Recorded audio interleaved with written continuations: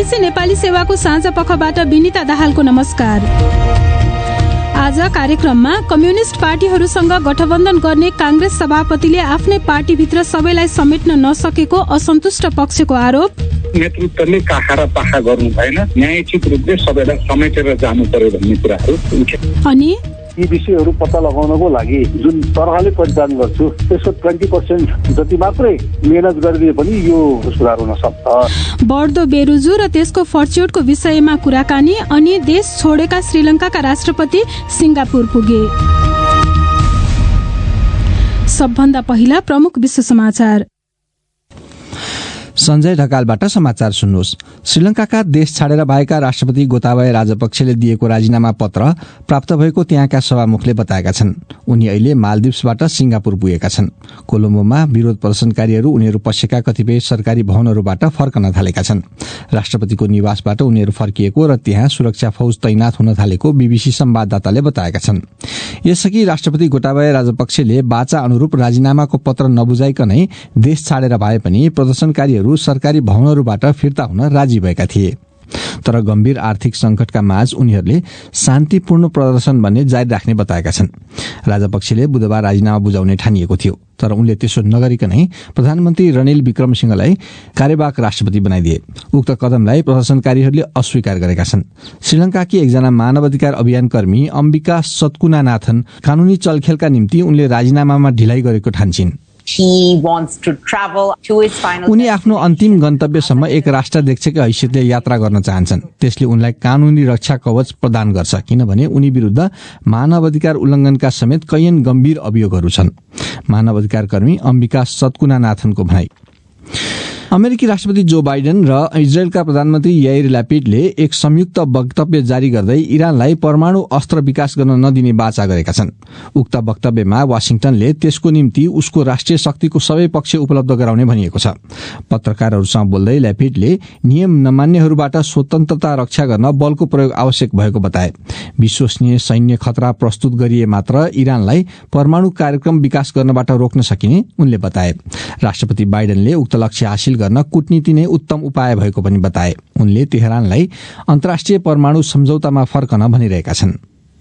America, Israel, Bharat र संयुक्त अरब emirates UAE खाद्य असुरक्षासँग जुझ्न अर्बौं डलर बराबरको अभियानको घोषणा गरेका छन्। खास गरी भारतमा फूड पार्क बनाउने उक्त अभियानका निम्ति UAE 2 अर्ब डलर दिने वाचा गरेको छ। त्यसमा अमेरिका र इजरायलले प्राविधिक तथा विशेषज्ञ सहयोग दिने बताइएको छ। युक्रेनका अधिकारीहरूले भनेका छन् भिनित्सिया नगरमा रुसी क्षेप्यास्त्र आक्रमणका कारण कम्तीमा 20 जना मारिएका छन्। हमलामा दर्जनौं मानिस घाइते भएका छन्। राजधानी कियवबाट दक्षिण पश्चिममा अवस्थित उक्त नगर युद्धको अग्रमोर्चा भन्दा निकै टाढा छ। कार्यालय भवनमा 3 वटा क्षेप्यास्त्र प्रहार भएको र विस्फोटनले आवासीय भवनहरू समेत क्षतिग्रस्त भएको बताइएको छ। र प्रशान्त महासागरको टापु राष्ट्र सोलोमन आइल्याण्ड्सका प्रधानमन्त्रीले उक्त देशमा चीनलाई सैन्य अखाडा स्थापना गर्न कहिले पनि नदिइने बताएका छन्। मनासे सोगबारेले भनेका छन् त्यसो गरिए उनको देश तत्कालै कतिपयका निम्ति दुश्मन ठहरिने र सम्भावित हमलाको निशाना हुनेछ। यो वर्षको सुरुमा सोलोमन आइल्याण्ड्सले बेजिङसँग एक सुरक्षा सम्झौता गरेको थियो। त्यसले त्यहाँ चिनिया नौसैनिक अखाडा स्थापित हुने सम्भावना बढाएको थियो। प्रधानमन्त्री सोगबारेले उक्त घटनाबाट चिन्तित छिमेकीहरू खास गरी क्षेत्रीय शक्ति अस्ट्रेलियालाई आश्वस्त पार्न चाहेको देखिन्छ। तपाईँ बीबीसी नेपाली सेवा सुनिरहनु भएको छ।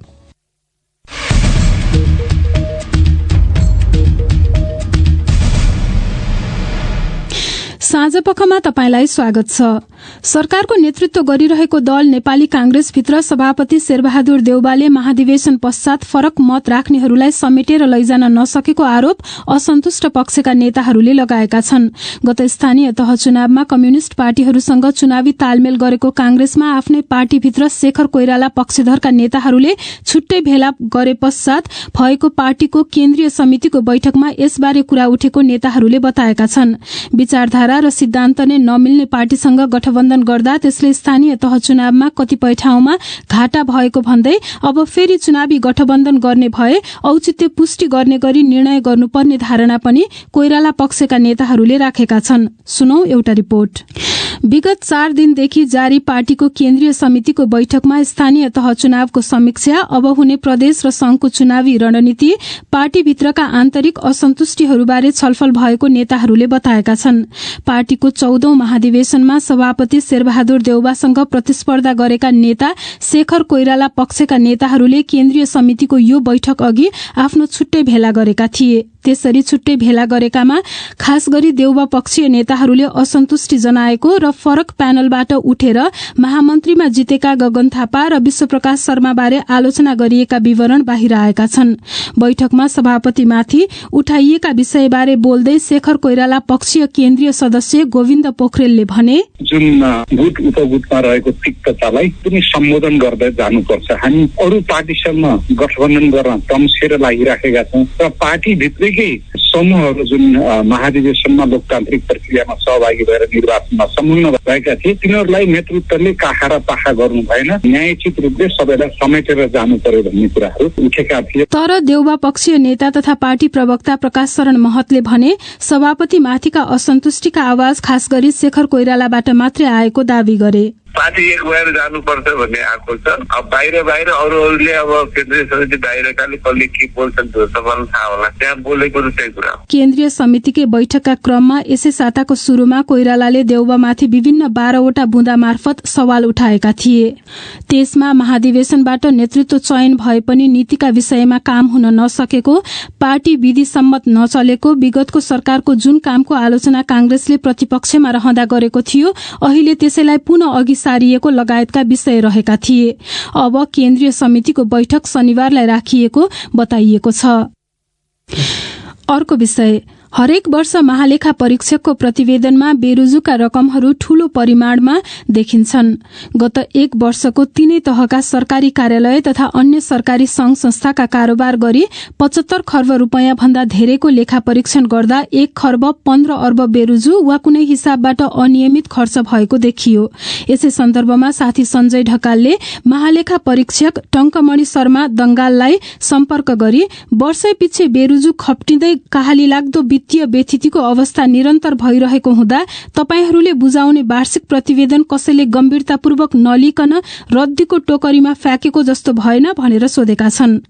मूल कुरा चाहिँ के भने अब नेपालको संविधान बमोजिम ऐटो जुन नियुक्ति हुन्छ र उसको जुन काम कर्तव्यहरू छ, रिपोर्ट यो चाहिँ कार्यान्वयन हुन्छ अथवा हुँदैन, होस् अथवा नहोस्, सँगभन्दा पनि भएका विकृति विसङ्गतिहरू, देखिएका अनियमितता कमजोरीहरू ती चाहिँ कुनै पनि नछोडिकन बाहिर ल्याइदिने, निकाल्ने र रिपोर्टमा पार्ने ऐटो जेनरलको काम हो त्यो। त्यसको लागि चाहिँ अब हाम्रो तर्फबाट कुनै कमी कमजोरी कसर के पनि बाँकी राख्दैनौँ। 59वटा रिपोर्ट पेश भए योसम्म, मेरै कार्यकालमा 5 रिपोर्ट मैले पेश गरिसकेँ र मलाई आफूलाई चाहिँ के भने अब त्यो कार्यान्वयन भयो अथवा भएन त्यो पछि कुनै बेला साँच्चीकै भयो भने त्यति बेलाको लागि पनि त चाहिन्छ नि केही विषयहरू त। त्यही भएको कारणले मलाई कुनै असन्तुष्टि यसमा छैन। हामी आफ्नो काम गरिराखेका छौँ र एउटै मात्र के छ भने मैले यी विषयहरू पत्ता लगाउनको लागि यहाँको जनशक्ति र आफ्नो सिप श्रम जति परिचालन गर्छु नि, जुन तरहले परिचालन गर्छु त्यसको 20% जति मात्रै मेहनत गरिदिए पनि यो बिग्रेको कमजोरी देखिएका कुराहरू सुधार हुन सक्छ होइन। अब अघिल्लो आर्थिक वर्ष 77-78 को जम्मा हामीले 5758वटा कार्यालयको परीक्षण गर्यौं। त्यसमा 75 खर्ब 33 अर्ब 9 करोडको परीक्षण भएछ। अर्को परामर्श दिएर गरेका पब्लिक इन्टरप्राइजेसहरूको 11 खर्ब 52 अर्ब समेत 86 खर्ब 85 अर्ब 85 करोड भएको छ। यतिका परीक्षण गर्दाखेरि चाहिँ झन्डै 1.25 खर्ब रुपियाँ जति चाहिँ बेरुजु देखियो। यो सबै गर्दाखेरि यसको अर्थ चाहिँ के भयो? यो बेरुजु 1.25 खर्ब भनेको यो अनियमितता नै भएको हो कि के हो? 1 खर्ब 15 अर्ब 5 करोड 50 लाख हो। संघीय सरकारी कार्यालयमा झन्डै 50 अर्ब जति, प्रदेशको चाहिँ 7.5 अर्ब जति, स्थानीय तहको झन्डै 44 अर्ब जति र संघ संस्थाहरूको चाहिँ 14 अर्ब जति गर्दाखेरि 1 खर्ब 15 अर्ब। कारोबारको परिमाणसँग तुलना गर्दा त स्थानीयमा धेरै बेरुजु देखियो। संघीय मन्त्रालय र निकायहरूको चाहिँ त्यसरी तुलना गर्दा कारोबारसँग तुलना गर्दा 1.75%, प्रदेश मन्त्रालय निकायहरूको चाहिँ 3.5, स्थानीय तहहरूको 4.18। एकदम राइटली भन्नुभयो 4.18 छ। यसमध्ये हामीले 3 क्याटेगोरी गर्छौँ, एउटा असुल गर्नुपर्ने, एउटा नियमित गर्नुपर्ने, एउटा त्यसकी बाँकी भनेर 3 क्याटेगोरी। बेरुजुका प्रकारहरू, बेरुजुका प्रकार अघि भन्नुभएको थियो नि, खाएको मासेको हो कि सबैको यो यस्तो के भाव हो भन्ने हुन्छ नि त। त्यो हुँदा असुल गर्नुपर्ने चाहिँ 29.33% छ। नलिनुपर्ने नदिनुपर्ने दिएको खाएको पर्ता लिएको राजस्व चाहिँ उठाउन बाँकी र नियमित गर्ने भन्छ। त्यसमा अर्को क्याटेगोरी छ हाम्रो, त्यो चाहिँ 60% जति छ। त्यो भनेको चाहिँ खर्च गर्दाखेरि अनियमित भएको, ऐन नियम कानुन नीति विधि प्रक्रिया नपुगेको, अर्को प्रमाण कागजहरू पेश नभएको अडिटको बेलामा त्यस्तो, त्यसपछि जिम्मेवारी नसारेको खालको त्यस्तो, त्यसकी बाँकी भन्ने हुन्छ। र त्यसकी बाँकी चाहिँ 10% काउन्सिल गर्दाखेरि हाम्रो 33 अर्ब 75 करोड जति असुल गर्ने, 69 अर्ब 61 करोड जति चाहिँ नियमित गर्ने, 11 अर्ब 70 करोड जति त्यसकी खर्च गर्नुपर्ने भनेर 1 खर्ब 15 अर्ब 5 करोड 50 लाखको चाहिँ ब्रेकडाउन छ। यसपालि तपाईँहरूको नयाँ शीर्षक कोभिडको बारेमा व्यवस्थापन बारेमा छ होइन, त्यसमा चाहिँ कस्तो चित्र देखियो? 77-78 को आर्थिक वर्षमा 19 अर्ब 9 करोड भएको रहेछ होइन। त्यस पछाडि आएर अघिल्लो आर्थिक वर्ष 76-77 मा 13 अर्ब 54 करोड भएको रहेछ भनेपछि टोटल दुई आर्थिक वर्षमा सङ्घ प्रदेश स्थानीय तह सबैतिर चाहिँ भएको खर्च 32 अर्ब 64 करोड यो ट्याक्स खर्च हो। त्योदेखि बाहेकको झन्डै 60 अर्ब जति सहायताहरू विभिन्न जाति निकाय जाति संस्थाहरूबाट आएको भन्ने देखिया छ। झन्डै 91-92 अर्ब जतिको हिसाब चाहिँ यसमा देखिन्छ। उनी थिए महालेखा परीक्षक टङ्कमणि शर्मा दंगाल, साथी सञ्जय ढकालसँग कुरा गर्दै। अब देश बाहिरको एउटा खबर।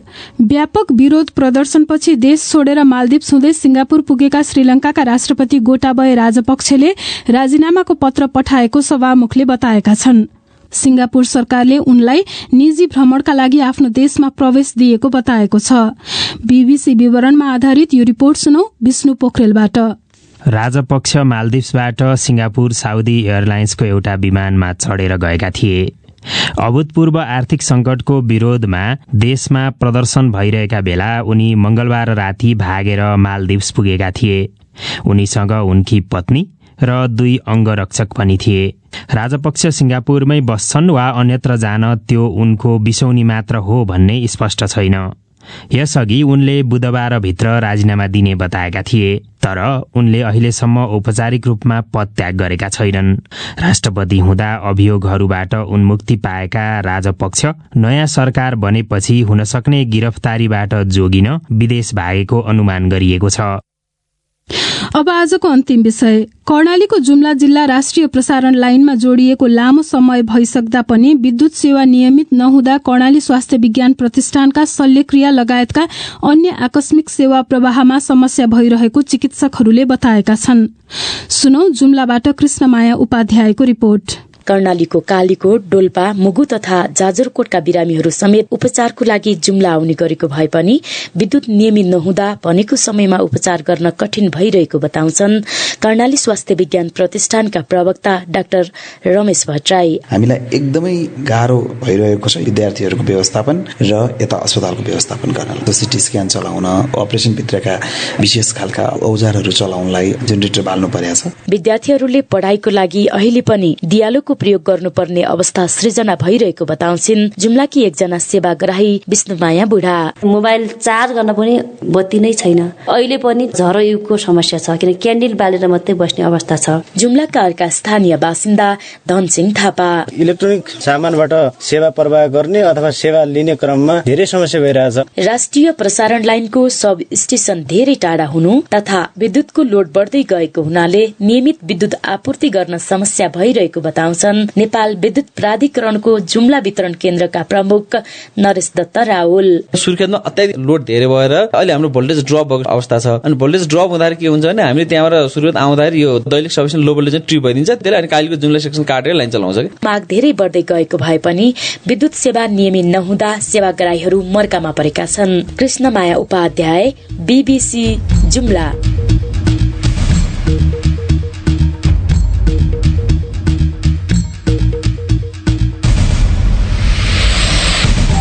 हवस् त, यसका साथै बीबीसी नेपाली सेवाको साँझ पख यही सकिन्छ। अब भोलि बेलुकी 9:15 बजे हामी फेरि उपस्थित हुनेछौँ। त्यति बेलासम्मका लागि हामी सबैलाई बिदा दिनुहोस्। नमस्कार।